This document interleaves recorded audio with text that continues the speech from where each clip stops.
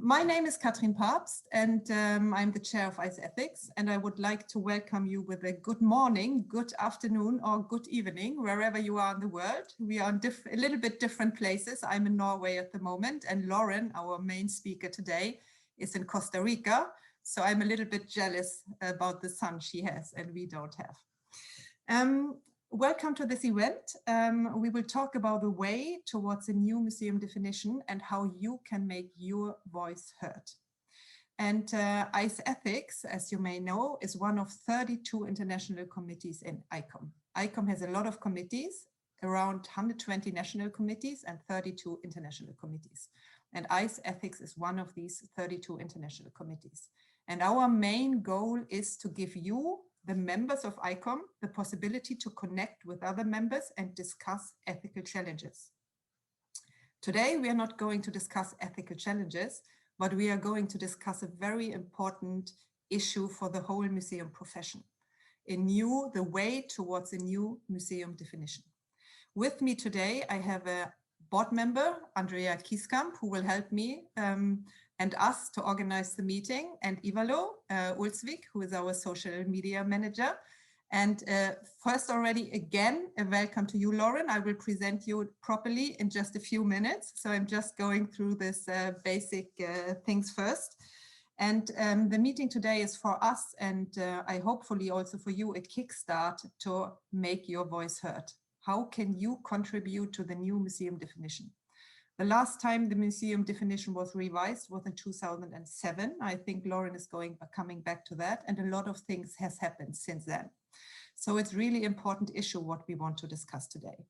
And I would very much ask you not to start discussing what should be in the museum definition. The meeting today is about the process towards a new museum definition. That is what we are going mainly to talk about. And Lauran and I, we would like to make it more than as a chat, like no webinar or something like that. But you, Lauran, you are going to talk approximately a half an hour now and share your screen afterwards with everyone. And after this half hour, we will open the floor to all of you for all questions you might have. And to make it easy, as we are quite a lot of people, it would be very good if you could write your question in the chat, and we will then read it out and Lauran will answer it. And if there are more questions from you, or you want to say something more about your question, we will ask you to unmute and you have the possibility to directly talk to Lauran. So let me see if I have forgotten anything. Yeah, I could say one more thing. Please note this meeting will be recorded. The whole meeting will be recorded. This is recorded now, also live streaming, and it will be recorded until the end of the meeting. Also your questions, which you ask orally, will be recorded, and afterwards also would be possible to see this recording. But now, Lauran, I would like to introduce you because it's a huge honor for us that you said that you would join us today for this meeting. You are one of the two co-chairs of ICOM Define, which is a committee working on the new museum definition. And it's a huge, huge job which you have actually. And this is not your only job. You are a doctor, a doctorian, and you are an art historian. You're currently the treasurer of Costa Rica and the treasurer of ICOM LAC. And you teach at the University of both the University of Costa Rica and National University of Costa Rica. And I understood these are two different universities, so I have no idea how you manage everything what you are doing, because especially the project we are talking about today, the process towards a new museum definition, takes a lot of time, I guess. So I think I would like to leave the floor to you and your presentation, and then I am looking forward to start chatting with all of you afterwards. Thank you so much, Katrin. Thank you for the invitation. It's really a very big help for us within ICOM Define that you, the committee chairs and different committee boards, are helping us to get this communication across and communicate what it is that we're doing within ICOM Define. I would like to give the sense that today it's an informal meeting, in the sense I'm not going to be giving a lecture or any such thing. I'm just trying to explain. I'm going to try to be as clear as possible, explain what it is that what we're doing within ICOM Define. And then more importantly, give any suggestions I might be able to help in any way to the different committees. And answer anybody's questions. And so please feel free to ask or comment. Again, as Katrine said, the idea of today isn't necessarily to talk about the museum definition itself. We're just talking about the process of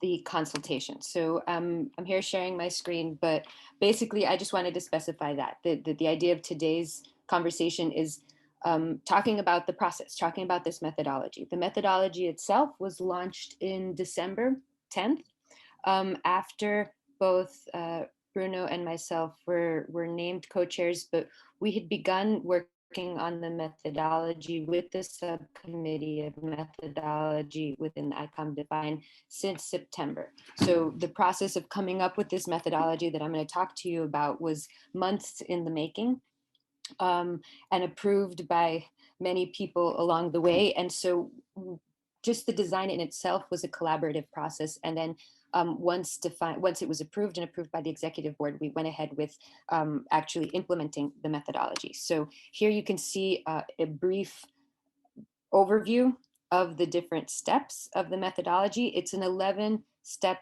process that began, as I mentioned, with the launch in December 10th, and it ends with a 12th step, which is the actual vote in Prague, which is already beyond the scope of the task of ICOM Define. So the methodology was launched in December, and the first step was consultation 1, which is already finished. Consultation 1, just so everybody knows, and we're still receiving any material that you may wish to share with us, is basically any work that committees did after Kyoto and during the year of 2020 regarding the museum definition. So we're really happy to be able to serve as a repository for a lot of that information, and also that all of your work can be shared with ICOM-wide. A little bit further along in my presentation, I'll explain to you where you can access all of this material. Currently, we're in step 3 of the methodology. So you can see this is where we're making a consultation on keywords and concepts. But I would like to backtrack one moment and go into the concern or the issue that we have with consultation. As many of you know, I was part of MDPP 1, and in general, the perspective that we had after or during Kyoto was that people were generally satisfied with the direction in which MDPP was going and the work that had been done up until then. But what was felt needed was more consultation.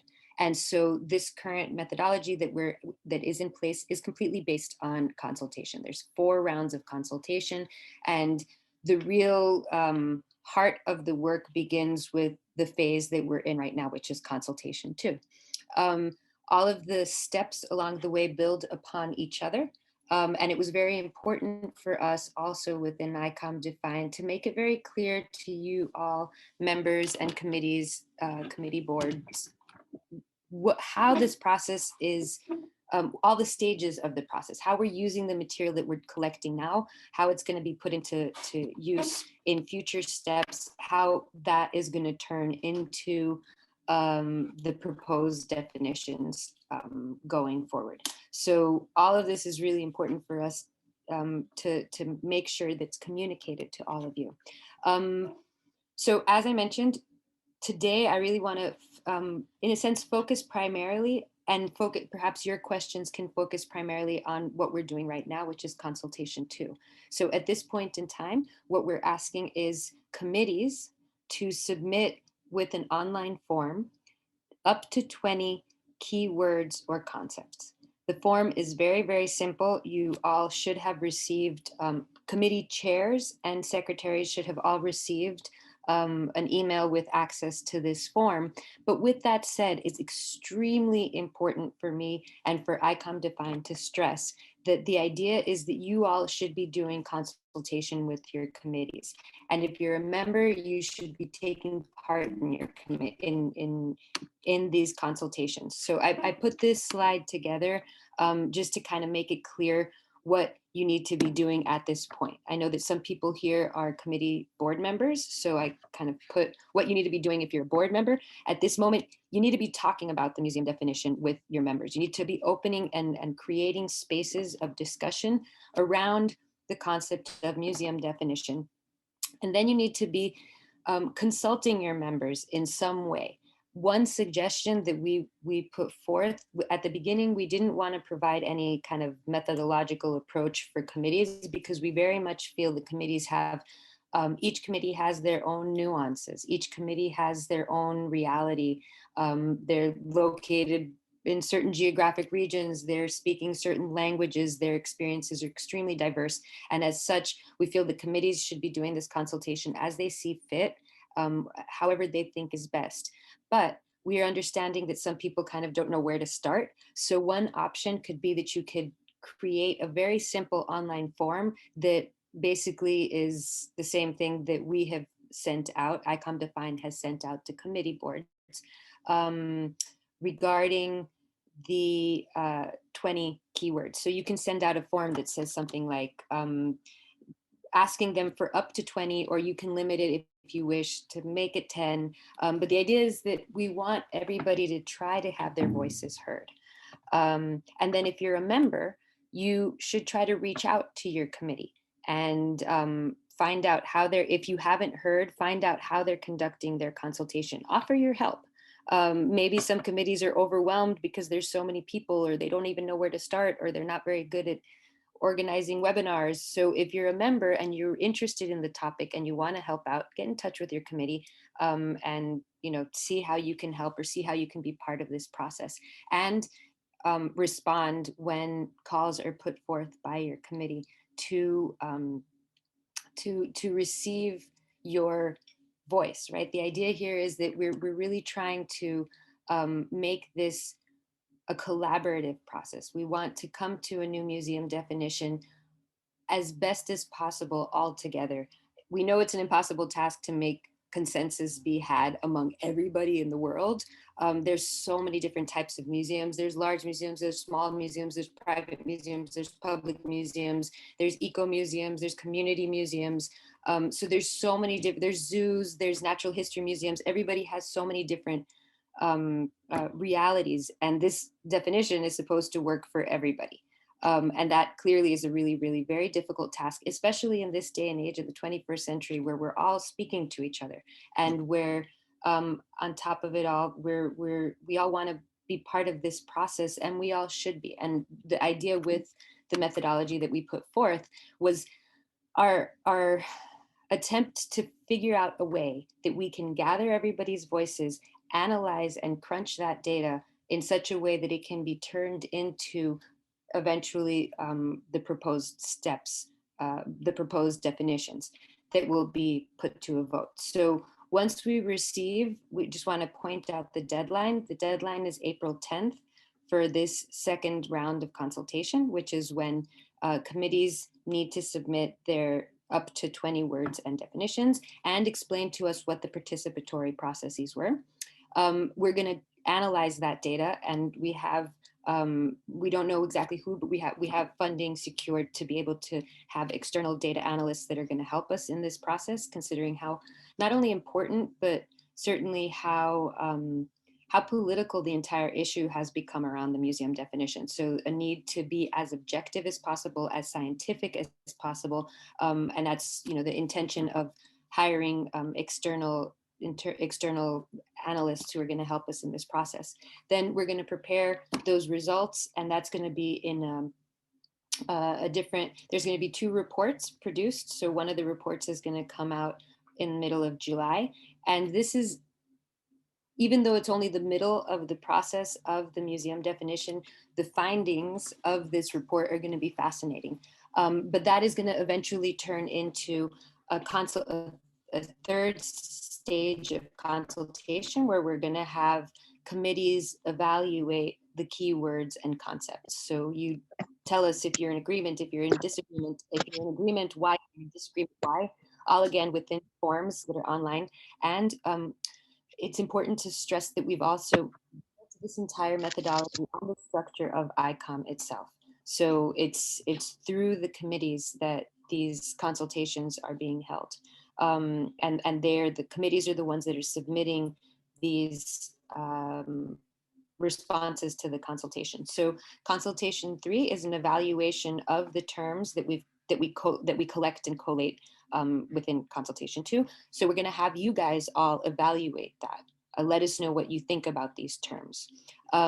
Analyze the data once again in step 7, and then ICOM define based on all of the material that's collected and based on the terms and the quantitative and qualitative data that we gather, are going to draft proposals and then work on discussing those proposals, putting those proposals into basically what becomes consultation 4, which at this point is going to be approximately 5 or 6 proposed definitions that will be available online. This should be in between February and April of 2022, where committees, based on their representation within the advisory council, will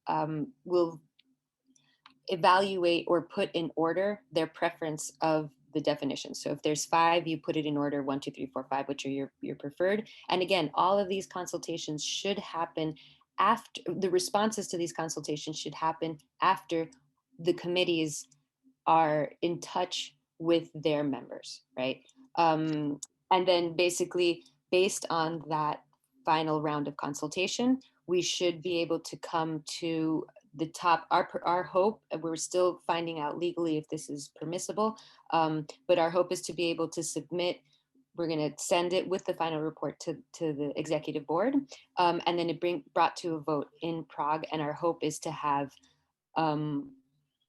more than one definition that can be voted down within the assembly, within the Extraordinary General Assembly. So basically, those are the 11 steps. I tried to make it as clear as possible, but I'm more than happy to explain anything along any of these steps. But again, I wanted to just specify that the most important point, this is a step-by-step process. So there's maybe certain details of future steps that we're still ironing out. But at this point, this is what committees and members need to be focusing on, which is this submitting the 20 keywords, opening up the discussion, having these kinds of events like this one that IC Ethics has put together, but also ones where you guys all talk about museums and how they're functioning, and especially in the case of each of the committees within reference to their day-to-day work. Now, tools that we have put out in a sense for you to move forward in the discussions, to gather guiding questions perhaps for your discussions, for your webinars, are basically the material. And now I'm going to stop sharing this screen and I'm going to share the ICOM website. So actually I want to start this. Shoot. Give me 1 second.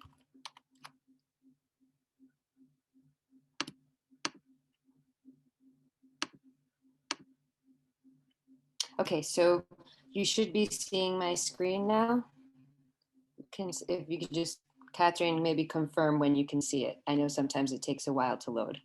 Okay, we can see it. So we can see it, Lauran. When you Yes. open up the, perfect. When you open the ICOM page, you go up here to my account. So I'm not going to re-log in, but when you click here, you're invited to log in. Once you log in, this is the page that you should see, right? Where you see, for example, how to submit calls for ICOM voices and other, all of these other tabs that the member space has made. This is space, this is this online space that's exclusive to ICOM members. You need to have an ICOM membership to access all of what you're seeing here. And at the bottom, you'll see this one that's take part in the new museum definition. So when you click on that, you end up this page that you're seeing now, which is take part in the new museum definition. And what we do is constantly update this so everybody knows what stage we're at. And so as we move forward, this will be constantly updated. This is really important for anybody who's a board member of their committee in particular. I mean, it's also very important for members to be aware of this, but for board members, if at any point in time you're feeling lost in the process, all of the information is right here as to what step in the process we're at. All of this, these are all the text, the letters, the messages that we've sent out, and then any of the other material that you may want.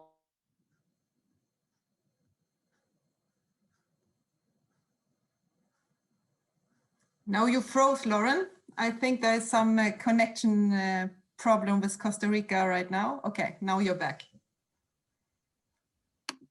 Okay, what I'm going to do is I'm actually going to stop sharing that one, and I'm going to share, I have it on the PowerPoint as well, so that way it may be less of a saturation of data. Oh, wait, wrong one. Sorry about that, everybody. All right. So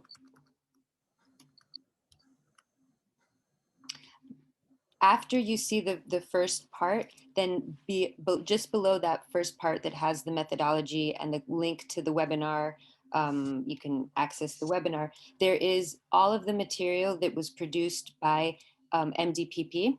So MDPP conducted a lot of different kinds of research in arriving at the 2019 proposed definition.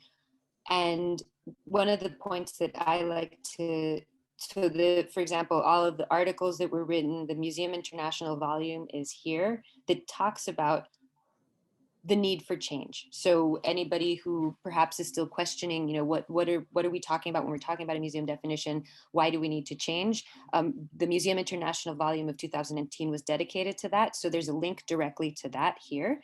But then something else that for the first time was published on this page were the 5 definition proposals that had been put forth to the executive board. So MDPP had submitted 5 definitions, and the executive board selected the one that was brought to vote that was then postponed in Kyoto.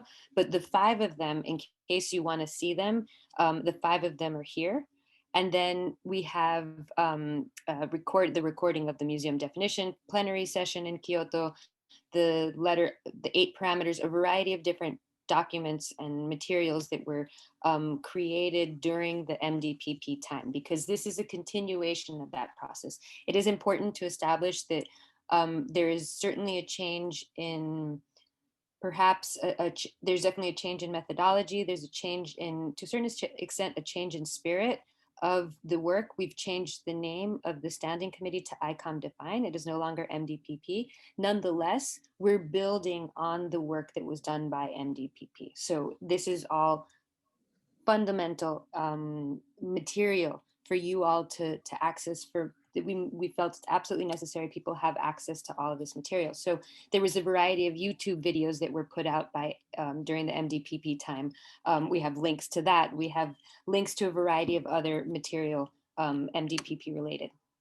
Then if you keep scrolling down, what we've included is all of the material that we received in consultation 1. So you may recall that what I mentioned before, consultation 1 was basically ICOM Define collecting the material, all the materials from different committees who conducted any kind of activity or events related to the museum definition.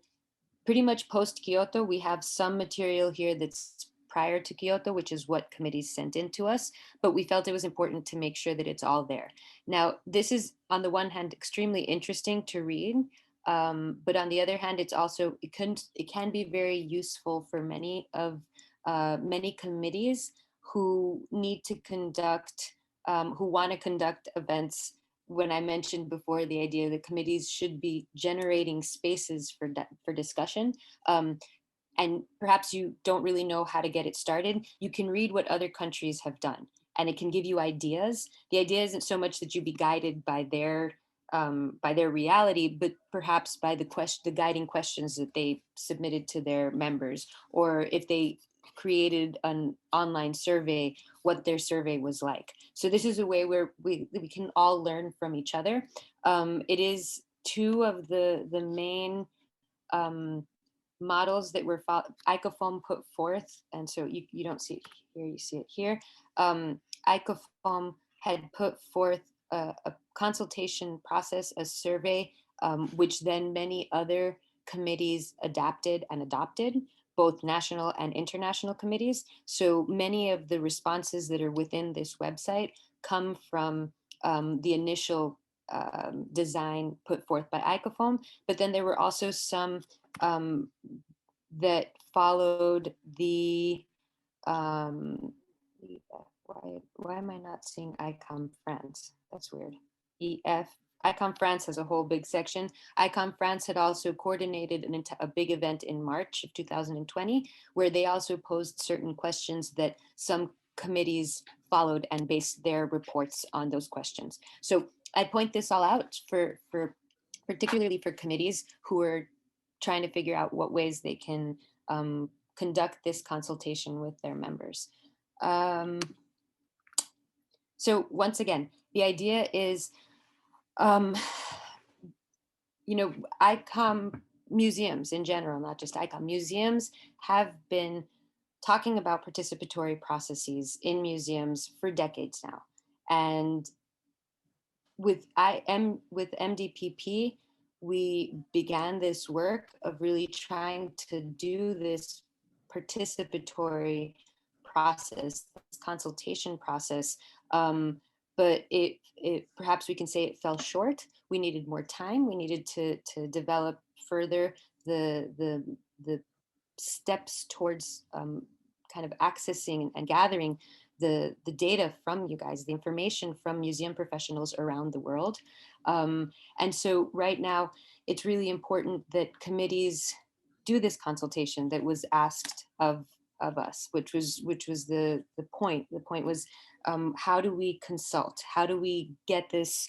How do we build a new definition based on consultation, based on participation? And so ICOM Define has developed this methodology, and now we're asking committees to help us out, and we're entirely available at any point in time that you may need help or guidance in the process. But at the same time, we believe that the process is extremely, it's a lot of work in a sense, but it is broken down into steps that are very simple and forms that are very precise and very specific. That, of course, because we need to be able to do the data analysis. One of the things that we realized, for example, from consultation one, is that there's no way of coalescing all of this information because it comes in so many different formats, whereas the consultations that are now designed within consultation 2, 3, and 4 are the same exact format for all committees worldwide, as national committees, international committees, affiliated organizations, and regional alliances. So all of them will have the opportunity to weigh in on this matter and be taken into account on this matter. And then if you're a member, and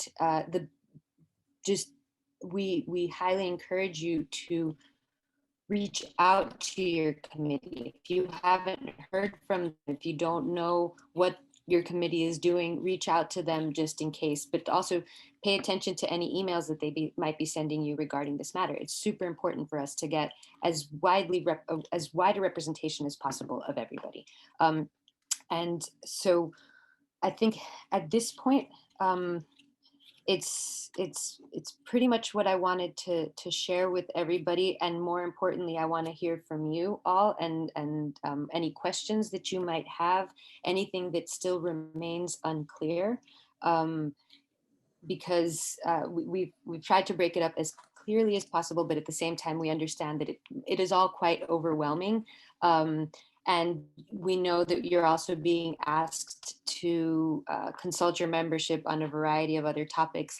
I know you're having another webinar tomorrow. IC Ethics is coordinating another webinar tomorrow, and we have Sally, I think she's here present as well, but she will be leading tomorrow's session about the Code of Ethics, because these are two really important topics that we're addressing, what our organization is addressing right now. And we know that the world has changed. The pandemic has made it actually, we can think about all the negatives of the pandemic, but on the other hand, I wanted to focus on the positives, where this methodology of consultation would not have been possible prior to the pandemic, because none of us knew how to use Zoom, for that matter, and then webinars and all of this way that we can easily reach out to our members, and organize these gatherings of people all over the world.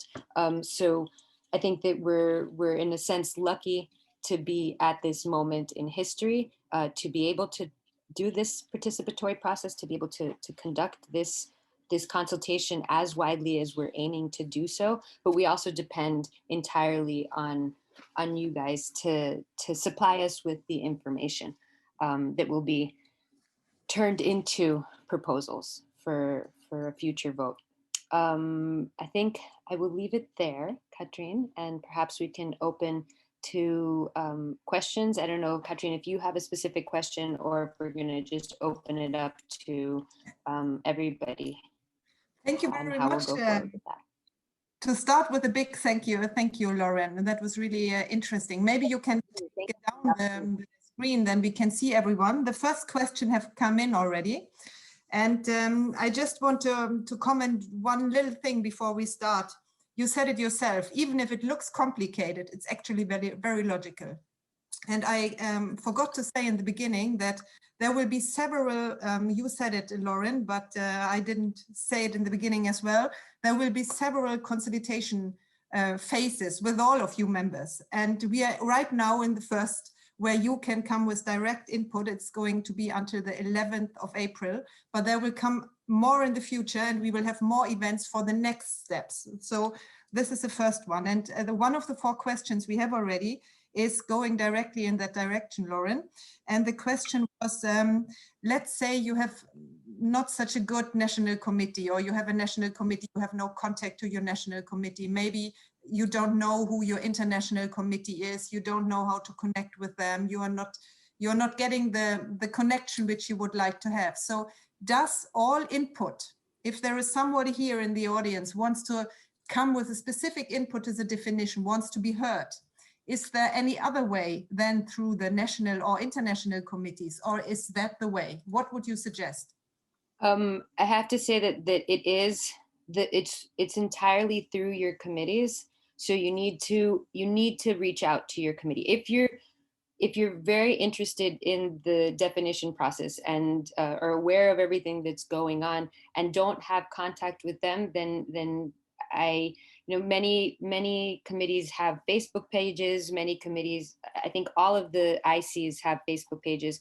Many national committees have Facebook pages. Regional alliances, some of them have Facebook pages. It's another way that you can try to reach out.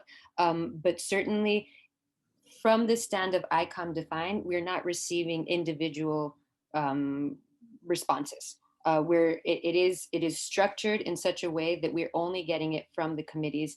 And what we're doing is trusting the committees to be open to their members. And so we need to, this is the only way that we could do it because of how massive the task is. There's no way that we can receive individual responses. So yes, it is directly through your national committee or your international committee. And if you don't have a good relationship with either of them, shall I jump in, Lauran, and save you from saying something which you might not allowed to say? But I think the most important thing for all in ICOM is to get as many voices heard now, because this is really a critical phase of the process of the new museum definition. So I hope you have a good contact with your national committee, and I sincerely hope you have a good contact with your international committee, which it might be. If you don't have, and you are totally desperate, you can also send it to us in Ethics, and we will pass it on then through us, even if you are not a member of us. So the most important thing is to get it heard. I think we have to go on. We have a lot of questions, Lauran. I just wanted to make one mention. Everybody should know this, but in case you don't, if you don't even know which your IC is, your international committee, or if you have an international committee but you're not that into it, you can very easily change it on your member space. You just go into member space and you change it, and once you've changed it, you can now be a member of another committee and get in touch with that committee. So for example, if somebody who's here isn't specifically an IC ethics member and doesn't really know, super easy. You just change it, and then you can send your information to Catherine and have her analyze you in the IC ethics responses. Thanks for the advertisement. That was actually not planned, but anyway, get in touch with the International Committee or the National Committee, which you feel most comfortable with. Lauran, next question to you. You said quite clearly that there are keywords you are most interested in, or they are short. What should be passed on to you should be mainly keywords, 20 keywords, mainly this. But one of the questions we got is, do you also want extra clarifications? Do you want additional material in addition to the keywords, or is it really only the key? It's the form itself is the keyword or phrase. So it's a keyword or concept, as we called it. And I don't remember the character limits. I think it's up to 5 words that the keyword or phrase or term is. And then there's another field, which is a description field, which is up to 150 characters. So for example, if something wants to be clarified about the concept, about what is meant by a certain concept, it can be done in that description field. So that, in terms of the ICOM committees, that's the opportunity that they have, but also in case when you are designing, if you're going to design a questionnaire, you can potentially ask that of your members as well, that they try to be succinct, but that they have the opportunity to describe what is meant by sustainability, for example, because sustainability means very different things in different parts of the world. And so we within ICOM Define are receiving those descriptions, and the data analysis is going to be both qualitative and quantitative. So we'll get a sense of if sustainability is meant perhaps in a more economic way, in terms of financing an institution, or we'll understand if it's more related to sustainable development and the environment, or based on the description put forth by any committee or by the form. Thank you, Lauran. I think I just move on, and then we can go back to some questions if they need more clarification. Now I change a little bit the order, but all questions will be asked. The affiliate organizations, as for example, for firm, can they also come with input to you, or are they? Absolutely. Also? Affiliated organizations, regional alliances, national and international committees. We have been discussing, and it's not entirely clear at this moment if consultation 2 and consultation 3 will be weighted.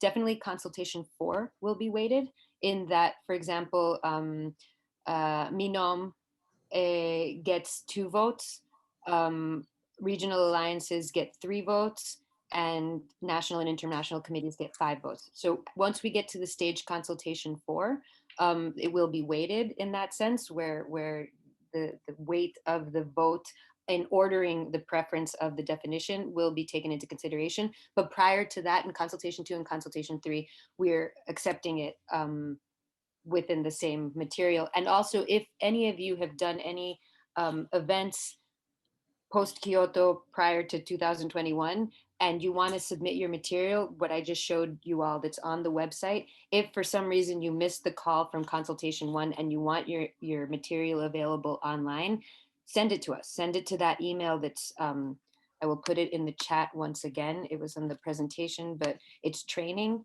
at, sorry, museum. Yeah. That's the email. That's basically, we haven't been given our own email. There's no ICOM define at icom.museum, but we're working with, this is our email. So this is how you can channel anything to us, be it material that you want to post it online. And for that said, we are posting online also material from any standing committee or working group that wishes to submit. So I saw Maureen was here. We uploaded the sustainability work that they wanted us to have available online. And going forward, we in terms of standing committees and working groups, we're working on how we're going to be more closely related with them. We have this very much in mind. I can't speak to that specifically, but certainly we're very interested in anybody that ICOM has defined as being important for the museum world. So that is affiliated organizations, but in a sense also the standing committees and working groups. they can't submit consultation. I'm sorry, I don't mean to be confusing anybody. But the idea is that we do want to hear from everybody. We do want to inform Okay. from everybody's perspective. Lauran, not to confuse anyone, I just say we have to say once more, if they have already material which is there from these kind of working groups they can send it to this email, but you yourself, you don't want any inputs, 20 keywords, this kind of material, the new things should go through the committees, the international committees, the national committees. Absolutely, yeah. What they can submit is anything old. Anything Yes. prior to 2021 that was worked on related to museum definition can be sent in. Going forward, before.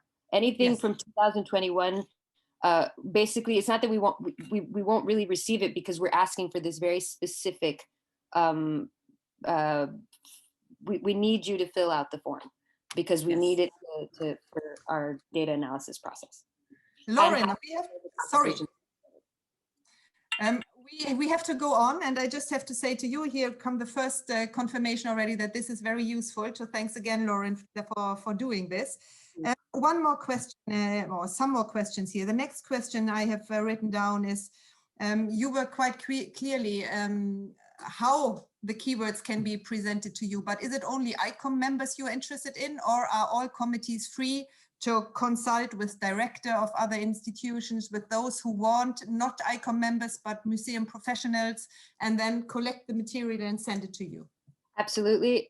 We specifically are not specifying that it's only ICOM members. We're leaving it open to committees to decide who they are inviting to their consultation processes. So I will give you the example of ICOM Costa Rica. In ICOM Costa Rica, we've invited university professors of philosophy, which in our context were a specific professor, which in our context is very important. But we've also invited indigenous leaders because for us, the concerns of the indigenous communities are very important, even though these people are not ICOM members, but they're very important for our museums, considering that we have many archaeological museums with indigenous artifacts, and so on. So each committee is welcome to invite whomever they choose, whomever they want, whoever they think is pertinent and important. In some committees, it may be the case where they decide to keep it restricted only to ICOM members, and that's their prerogative as well. We're not specifying one way or the other, but we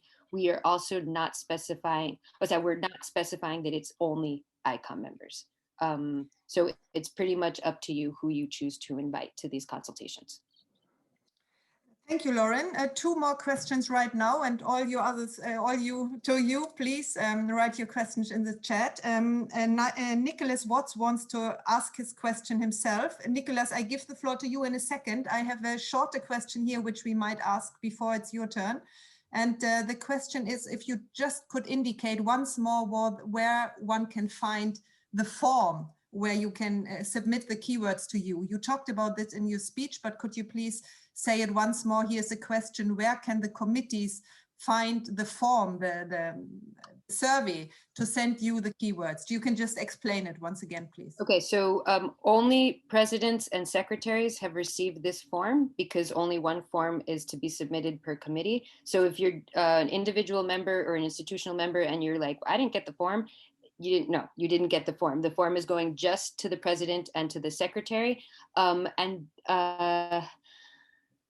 You have received an email on January 11th. So if you're a president or a secretary, look in your email, January 11th from ICOM. There is the link and the password to access that form, and you should be receiving in the next couple of days. We're going to be sending out a follow-up email, so you will be getting a follow-up email with access once again to the form. But do look at your email January 11th. That was the day that ICOM sent out that. It's in the same email that discusses the survey from ICOM Code of Ethics. So don't get confused. It's one email where it's access to both of the consultation processes. But we will be sending up a follow-up email that's just ICOM Define in the coming days. We're just tweaking some of the details. Thank you, Lauran. I think I give the floor to you now, Nicholas. You had a question which I think is best if you ask yourself. Okay. Katrin, thank you very much. You can hear me okay? Great. Thank you. Now, I was wondering, Lauran or Katrin, I was at the meeting in Kyoto, and I was wondering if you could comment on the main divisions in Kyoto on the basis of which delegates voted for or against the new proposals. And we have in the UK the debate on decolonization, and obviously in America with Trump recently, about memorializing empire or the Confederacy. How do we get around the binary divisions between, that wasn't the binary divisions between those who would have statues taken down and those who would have them recontextualized. And I think the reconfiguration of the Africa Museum in Tervuren in Belgium is a case in point. And it's a listed building, under Denkmalschutz in German. So some things that I would have thought needed to be done, couldn't be done because the building couldn't be changed. Mm-hmm. That's mainly a question of why did people vote one way or the other in Kyoto? I remember, some. Yeah, I'll leave it at that. Yeah. So, on the one hand, the whole issue became super political. So there was politics behind a lot of it, which I don't really want to get into because it's not really the point right now. But and it depends on who you talk to, who was there in Kyoto, what their general perspective was about how it went, that extraordinary General Assembly.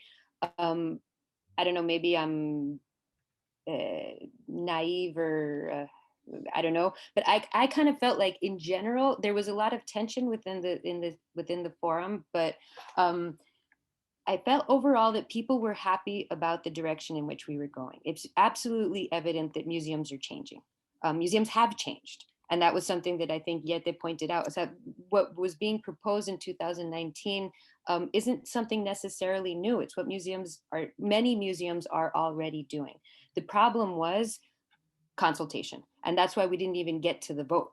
We voted to postpone. What was voted was to postpone the vote because what people wanted was to keep talking about it and to keep, I think, to be able to get to a larger consensus. That is what was needed.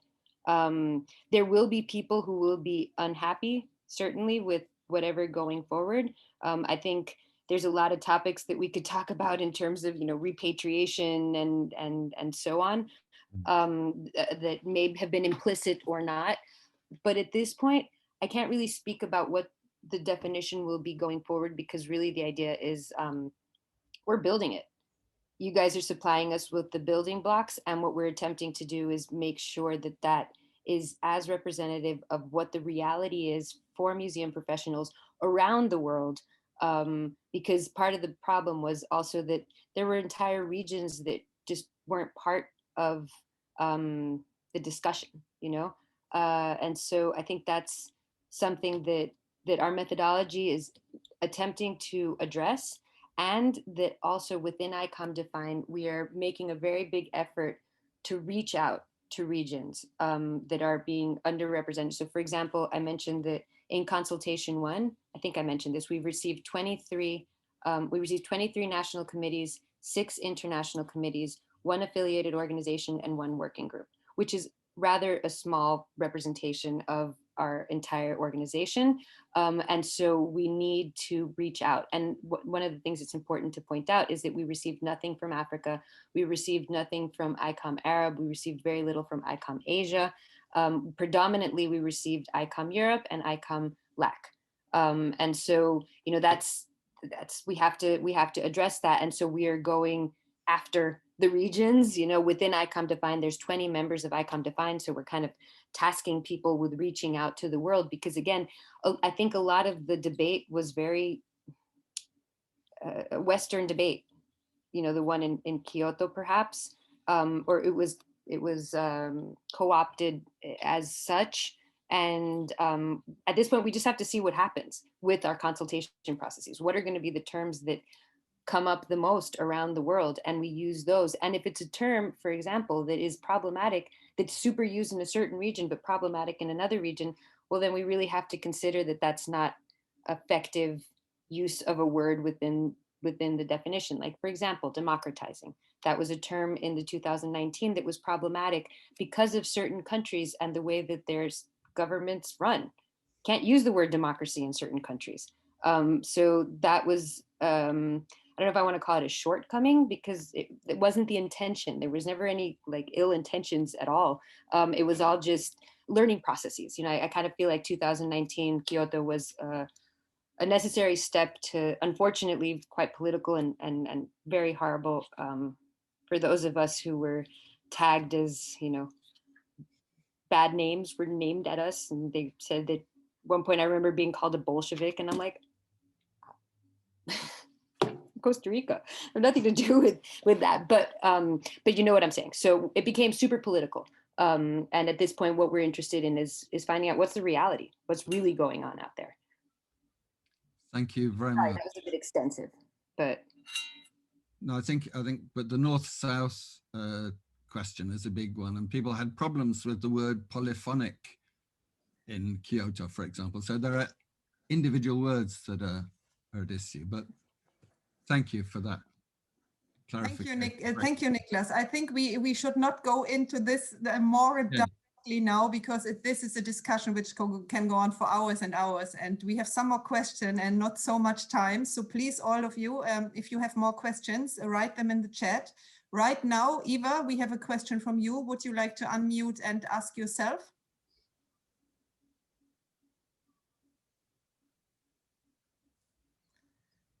No, you're not unmuted yet. I can see you, but you are not unmuted. Okay, Eva, shall I ask you a question maybe? I didn't know totally, but you can try to unmute while we wait. No. Yes, I have two things to do, to tell. First, in Kyoto, the Latin American commissions and the Latin American people that they are in ICOFON and in others committees, they look of the law, the registration that they have in what was the other definition and the new definition. And they ask so many questions to do, because it's a hard work, education and other. This is first. Second, this team is over to other institutions that they didn't are institutions from ICOM, not committee, not general institutions from museums. They have a way to give the, or to work the question and to give them to a committee, national committee or international committee, or they can send this directly. Okay, so two things. The term in terms of Latin America, and yes, in Latin America, educación was very important.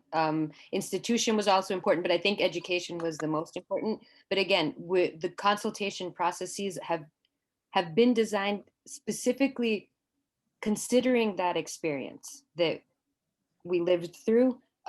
So it enables first committees to propose the terms and then committees to evaluate the terms. And so, for example, if I was to come out and say that quantitatively, most people said education. But for example, let's say a certain committee, maybe SECA, decides that, and I don't know, I'm probably going to botch this. Sorry, Milena, that I know you're here. But let's say they decided that honestly, it's a lot less hierarchical to use the term mediation. Or for example, our perspective from MDPP was expanding comprehensions, because educate, and we were very willing to stick in education afterwards, because education implies this kind of top down, and mediation, we know, implies a much more horizontal. Yes. At the same time, mediation is, it's still, to a certain extent, I have something that you don't have, so that was why in 2019, one of the proposals, one of the 5, had kind of tried to skip around that issue. Nonetheless, let's say quantitatively, the data analysis from consultation 2 says that 60% of responses had the word education. But let's say SECA comes in and says, no, it's absolutely essential. And again, I'm just putting words out there, that it's just an example. It's absolutely essential that the word mediation be used. So that is an opportunity in consultation 3 to be able to kind of talk about specific words, issues that come from legal, as you mentioned, legality within their within their context.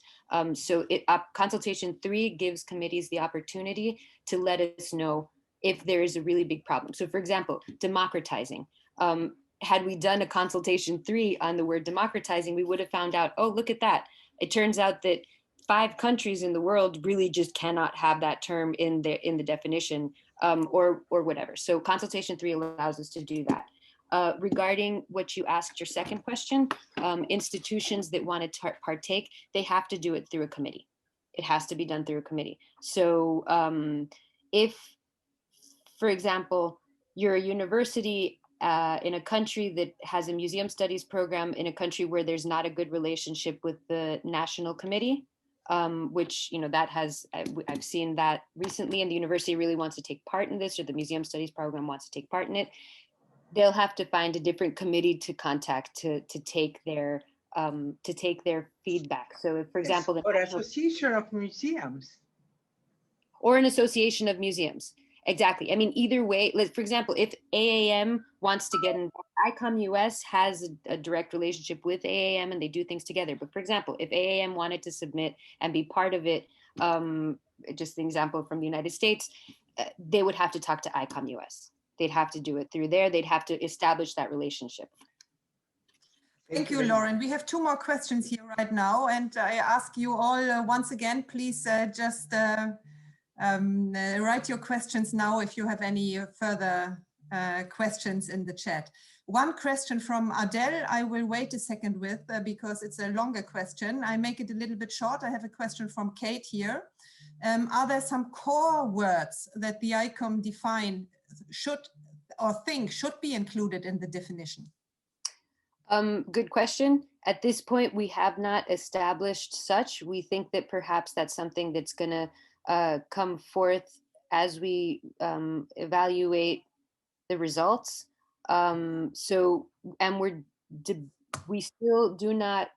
We have not defined within ICOM define if we're going to be creating some sort of a guiding, some sort of a guide for us, guiding principles or something as we draft the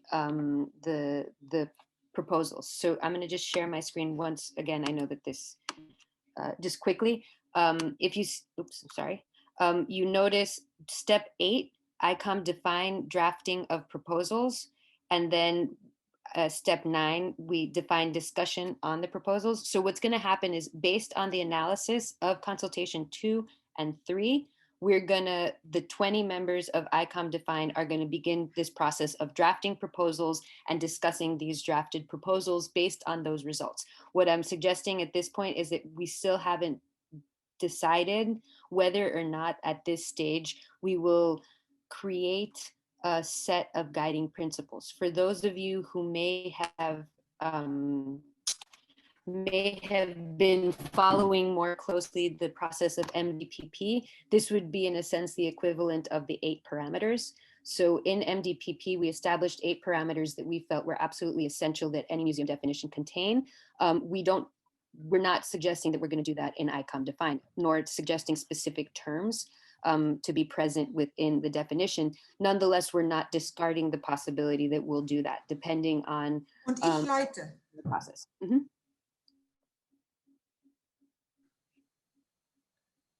Sorry, I Yeah, felt like sorry. I have some trouble here with my video, okay. some noise in the background. Okay, there was one more question, and I think it was from you, Adele. The question was actually if it's too much to ask from the committees at the moment, that there are two processes going at the same time. The ETHCOM process with the Code of Ethics and the definition process. And we luckily have both Sally here and you, Lauran, but maybe it might be a little bit confusing to start the discussion now. If you have a short comment, it would be great. Yeah, my short comment would just be, yes, it's a lot what we're asking, but at the same time, they're not unrelated. And what ETHCOM is asking is in a sense a lot easier.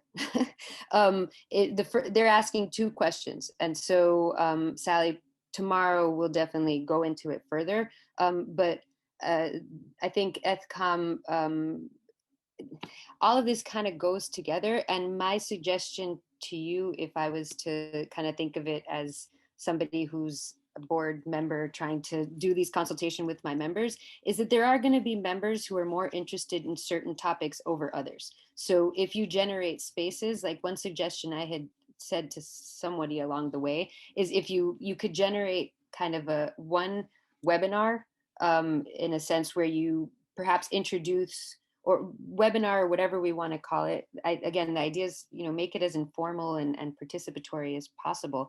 But perhaps there are going to be people, and you can then subdivide into groups of those who are more interested in discussing the Code of Ethics and those that are more interested in ICOM Define in terms of your own consultations, or do what Katrine is doing where she's kind of doing two events. It's a lot, but at the same time, it's such a fascinating time for us. And it's a time of change. It's a time of transition.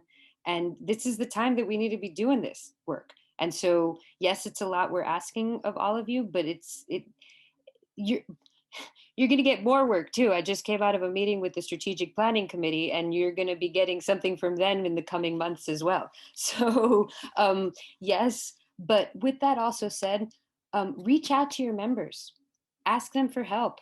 If you're not able to do all of this, there are people who want to be part of this, and who are passionate about a lot of this. So try to find them and have them do the work with you, have them help you out.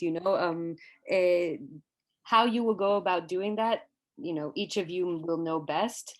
And it's obviously much more complicated for bigger committees, but bigger committees have more people perhaps willing to work. So yes, it's a lot, but this is the time.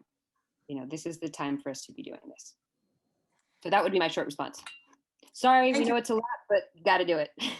Yeah, thank you very much, Lauran. And once again, to all of you, we are looking forward to have you also at the meeting tomorrow with Sally Jakovic, the chair of ETHCOM, who will explain more about the process, the review, the possible review, because at the moment we are looking, or they, ETHCOM, not ethics, ETHCOM is looking at if there is a need for a review of the Code of Ethics. So please join us for the meeting tomorrow and listen to Sally Jakovic, who has the most important information about this process.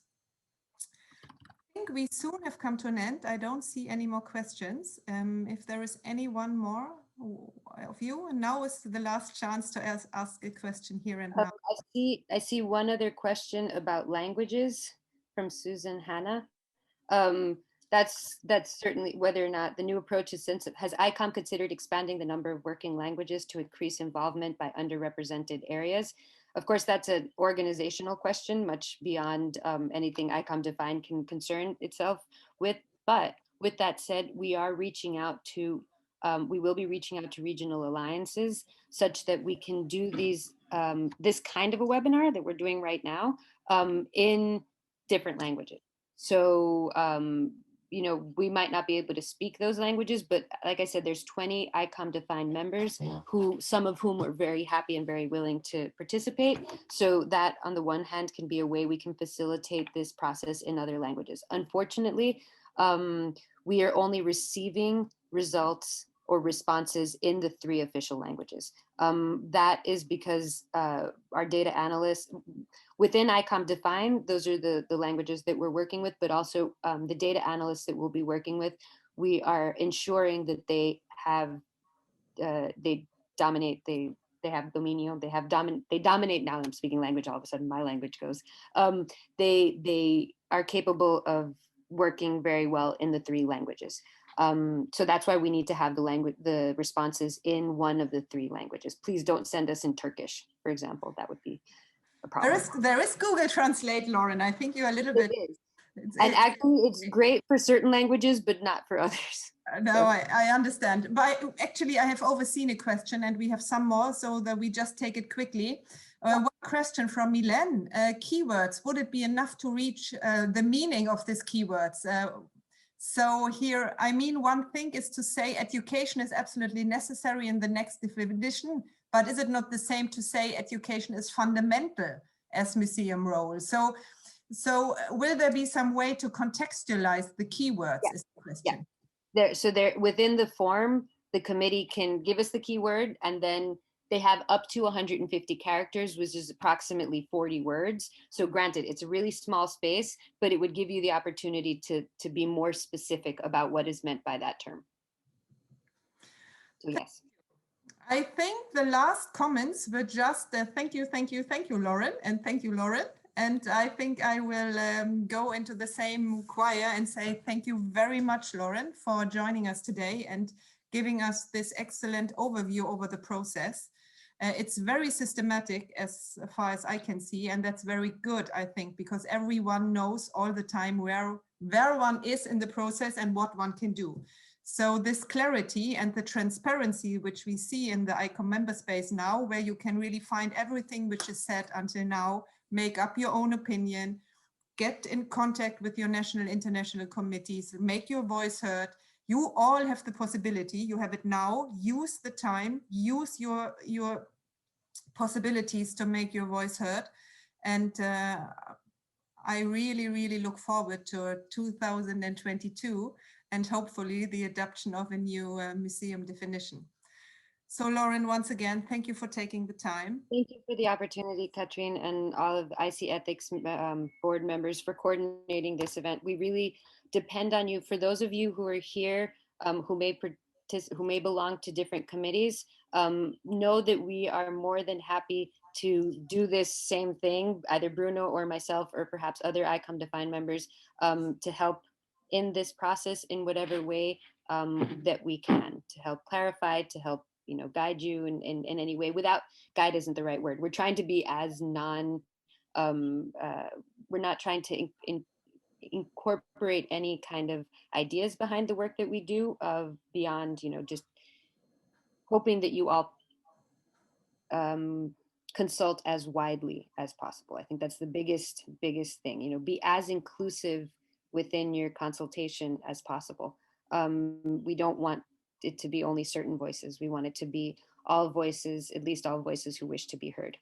So, and if you need any help along the way, don't hesitate to reach out to us. I think that must be the best words ever to finish this session today. Thank you very much to all of you who have been here and joined us, and thank you very much for all questions which have been asked. So I hope you got some information about what you can do now, and welcome to the meeting tomorrow with Sally if you have the time, and listen to what is going on with the Code of Ethics. Thank you, Lauren, and I wish you all a beautiful day further, or evening, or afternoon, or wherever you are. So.